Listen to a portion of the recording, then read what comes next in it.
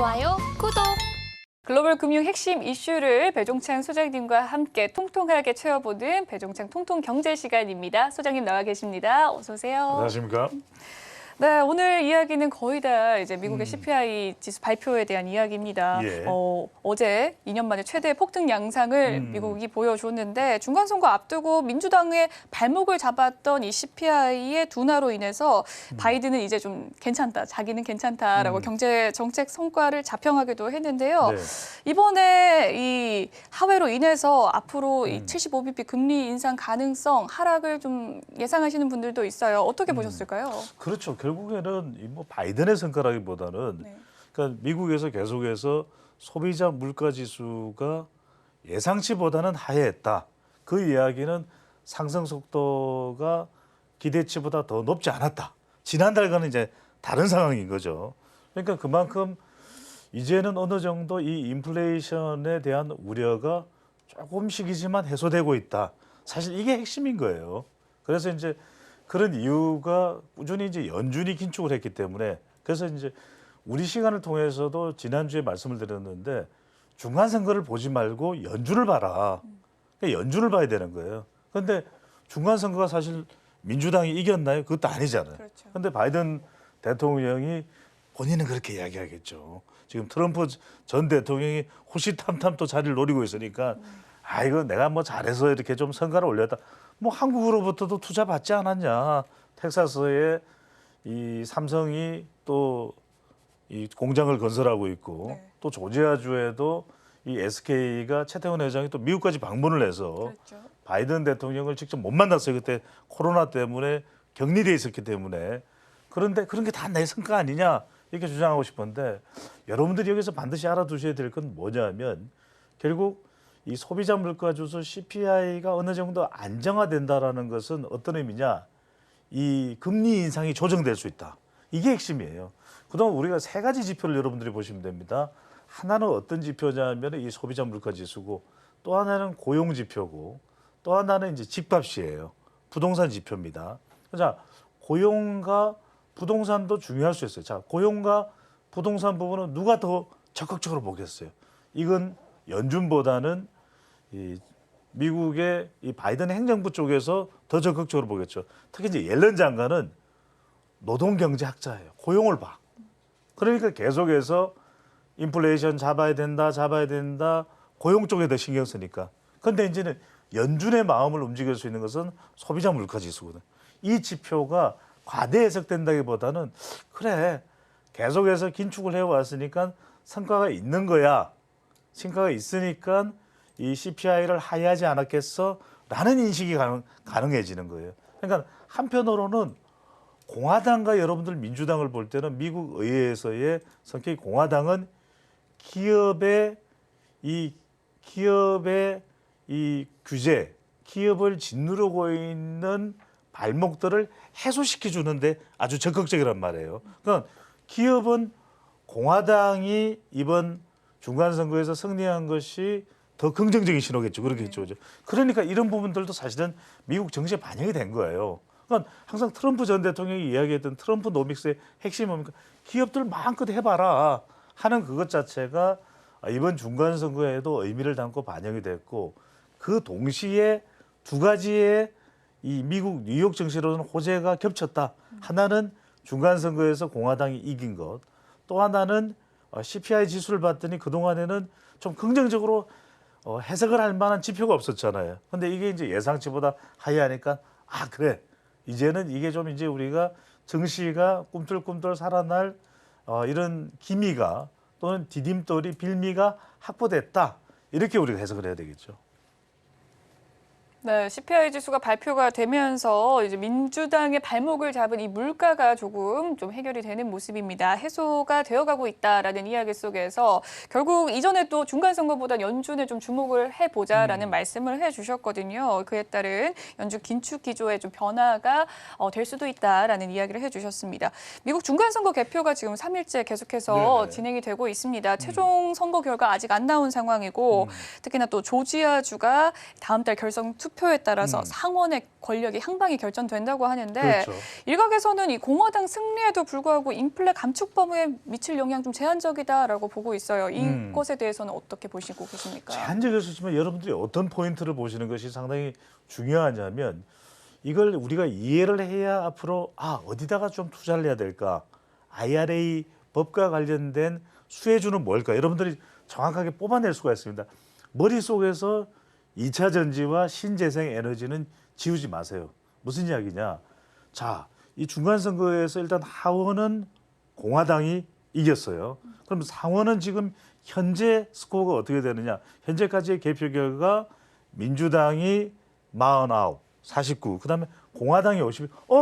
그러면 공화당이 더 우세한 거 아니에요? 그런데 조지아주가 아직까지 이 최종 결과가 안 나온 거예요. 왜? 가반을 어느 후보도 넘지 못했기 때문에 결선까지 가는 겁니다. 그게 12월 달에 가요. 그러면 아니 소장님, 그러면 민주당이 이긴다 해도 현역 상원 의원은 민주당이에요. 그럼 50대 50이면 그럼 동률이잖아요. 그런데 왜 민주당이 더 우세하게 되는 거예요? 50대 50이라도. 자, 부통령이 상원 의장이에요. 그럼 부통령은 누구 사람이다? 민주당 사람이다. 그러니까 이 민주당이 그래도 상원은 차지하게 되는 거예요. 이게 중요한 겁니다. 그런데 여러분들 여기서 핵심은 뭐냐? 인플레이션 감축법의 여러분들 이 성격을 정확히 알고 있어야 돼요. 이게 중요합니다. 우리 통통경제 시간을 통해서 자, 인플레이션 감축법이다. 아니 2차 전지, 반도체, 바이오, 전기차 이걸 뭐 지원하고 미국 기업들에게 혜택을 주겠다. 저기 전기차는 최대 7,500불, 1,000만 원이에요, 우리 돈. 아니 그러면 뭔가 지원하는 법안인데 왜 이름이 인플레이션 감축 법안이에요? 감축법이에요? 왜 감축법이에요? 여러분들 이거 잘못 이해를 하고 계시는 거예요. 이 인플레이션 감축법, 인플레이션 리덕션 액트의 가장 본질적인 법의 내용은 기업들로부터 많은 세금을 걷어들이겠다는 겁니다. 그래서 유동성을 좀 줄이게 되면은 인플레이션이 그러니까 돈이 많이 안 풀려 있으니까 인플레이션에 대한 이 가능성 또 인플레이션이 더 높아질 수 있는 우려를 줄일 수 있는 리덕션 할 수 있잖아요. 그래서 이 법의 본질적인 내용은 기업들로부터 법인세 등 많이 걷어들인 거예요. 자, 근데 법인세 그러면 여러분들 어떤 사람이 생각납니까? 바로 트럼프 전 대통령이죠. 법인세 내려야 돼. 이렇게 이야기했던 게 트럼프 노믹스의 핵심이거든요. 자, 그런데 이제 공화당이 하원을 차지했으니까 공화당은 어떻게 생각해요? 아니 왜 IRA 인플레이션 리덕션법 만들어서 기업들에게 세금 더 많이 거두려고 그래? 그거 안 돼. 이런단 말이에요. 그래서 이 IRA법이 운명이 어떻게 될지 시행될 때 이 공화당 쪽에서는 세금을 많이 걷어들이는 그 내용은 안 돼. 그대로 가서는 안 돼. 이렇게 생각하는데 여기서 핵심은 뭐냐? 자, 기후 대응, 이상기후에 대한 기후 대응에 대해서 좀 더 친환경적인 산업을 더 육성하겠다. 이 방향은 흐트러짐이 없는 거예요. 이건 해야 돼요. 왜냐하면 공화당도 이 법에서 그 부분만큼은 공감을 하는 내용이고 기업들로부터 세금을 더 많이 거두는 부분에 대해서는 이 공화당도 반대하고 거부하는 쪽이지만 지원을 하는 거에 대해서는 전기차, 2차 전지, 반도체, 바이오 대해서는 공감대가 있어요. 자, 근데 그래서 민주당과 공화당이 이 부분만큼은 별로 다르지 않을 것이다. 그런데 자, 우리 앵커께서 들으시기에 민주당, 공화당이 이 IRA 법을 통해서 지원을 한다. 반도체든 또 2차 전지든 그러면 어느 기업이겠어요? 그 기업이. 어느 기업이겠어요? 자국 기업이겠죠. 미국 기업이 우선이에요. 그러니까 미국 기업을 지원해서 반도체 굴기, 이른바 중국이나 한국이나 또 대만에 뒤졌던 이 반도체 주도권을 미국 기업을 더 육성해서 미국 내에서 이 반도체 공급망을 확보하는 이 기조는 바뀌지 않는다는 거예요. 그래서 여러분들이 중간선거가 이제 사실상 끝난 거예요. 끝났다 하더라도 우리가 잊지 말아야 될 것은 이 IRA법, 그러니까 인플레이션 감축법의 특징은 미국 기업을 적극적으로 지원하겠다. 이 내용에 큰 변화는 없고 우리가 그럼 그래도 조금이나마 얻어내야 되는 건 뭐냐면 어떻게든 이 법의 적용을 저도 한국 기업은 상당히 미국에 많이 투자하고 있지 않느냐, 미국에 대해서 상당히 협력적이지 않느냐, 바이든 대통령도 그 점은 알고 있지 않느냐, 이걸 통해서 어떻게 법의 내용을 좀 바꾸는 분인데 여기서 조지아주의 상원 투표 결과가 왜 중요합니까? 왜 중요할까요? 이 조지아주에 현대차 전기차 공장이 있어요. 그리고 이 조지아주에 또 뭐가 있다? SK 이노베이션의 무슨 공장? 2차 전지 공장이 있는 거죠. 그래서 자, 한국 기업에도 혜택을 주세요. 이들이 조지아주에도 투자를 했어요. 라고 지금 법안 수정 발의를 해놓은 사람이 아직까지 이제 최종 투표 결과가 나왔지만 현재로서는 현직 상원 의원인 민주당 상원 의원이 제안을 한 거예요. 그렇군요. 그래서 이 사람이 어떻게든 이겨야 돼. 자, 우리나라는 지금 온 국민이 상원 이 민주당 조지아주 상원 의원은 어떻게든 결선 투표에서 이겨라 이렇게 응원을 해야 될 판인 거죠. 그래야 되는 상황이군요. 예. 네. 좋습니다. 이 기후 위기는 양당 모두가 좀 공감을 하는 바인 것 같고요. 또 2차 전지와 신재생은 빼놓을 수 없는 가운데 역시나 좀 의외 초당적으로 이 미국 자국 지원은 모두 다 포지션이 같다라는 이야기를 해주셨습니다. 조지아주에 우리나라 공장이 많이 세워질 거기 때문에 일단은 우리나라 입장에서는 민주당의 선전을 좀 기대하는 수밖에 없는 상황이네요. 주요 성장주를 비롯해서 지금 좀 상승세 좋은 모습 보여주고 있습니다. 2차 전지, 뭐 신재생 에너지에 대한 기대감도 커지는데 중간 선거 전후로 이 IRA법의 관련주들 흐름은 좀 어땠는지 궁금하고 향후 전망 어떻게 보시나요? 그렇죠. 여러분들이 이제 2차 전지, 뭐 2차 전지 다 아는 이야기 아니에요. 이렇게 생각하실 텐데 2차 전지가 그러니까 전기차는 그래? 7,500불 못 받게 되면 1,000만 원을 지원받지 못하면 미국 전기 자동차고 경쟁력에서 테슬라가 있잖아요. 우리는 상당히 불리해질 수밖에 없습니다. 그런데 2차 전지만큼은 자, 이 IRA 법도 그렇고 5년 뒤에도 그렇고 10년 뒤에도 그렇고 15년 뒤에도 그렇고 계속 좋을 수밖에 없다. 왜죠? 왜 그런 겁니까? 여러분들이 지금 구조를 잘 아셔야 됩니다. 자, IRA 법이 미국산 전기차에 대해서는 지원을 해준다는 거예요. 그러면 우리가 현대차가 당장 한국에서 생산한 전기차는 혜택을 못 받지만 2차 전지는 미국 전기차에 얼마든지 공급을 할 수가 있죠. 그죠? 그렇잖아요. 그러니까 LG 에너지 솔루션은 이건 뭐 정말 지금 화하하 웃을 수밖에 없는 거예요. 그리고 SK 이노베이션도 마찬가지고 그리고 삼성 SDI도 마찬가지고 그러니까 2차 전지는 미국 기업의 GM과 포드의 또 크라이슬러의 또 테슬라에 공급을 하기 때문에 2차 전지는 여러분들이 밸류 체인을 다 보셔야 됩니다.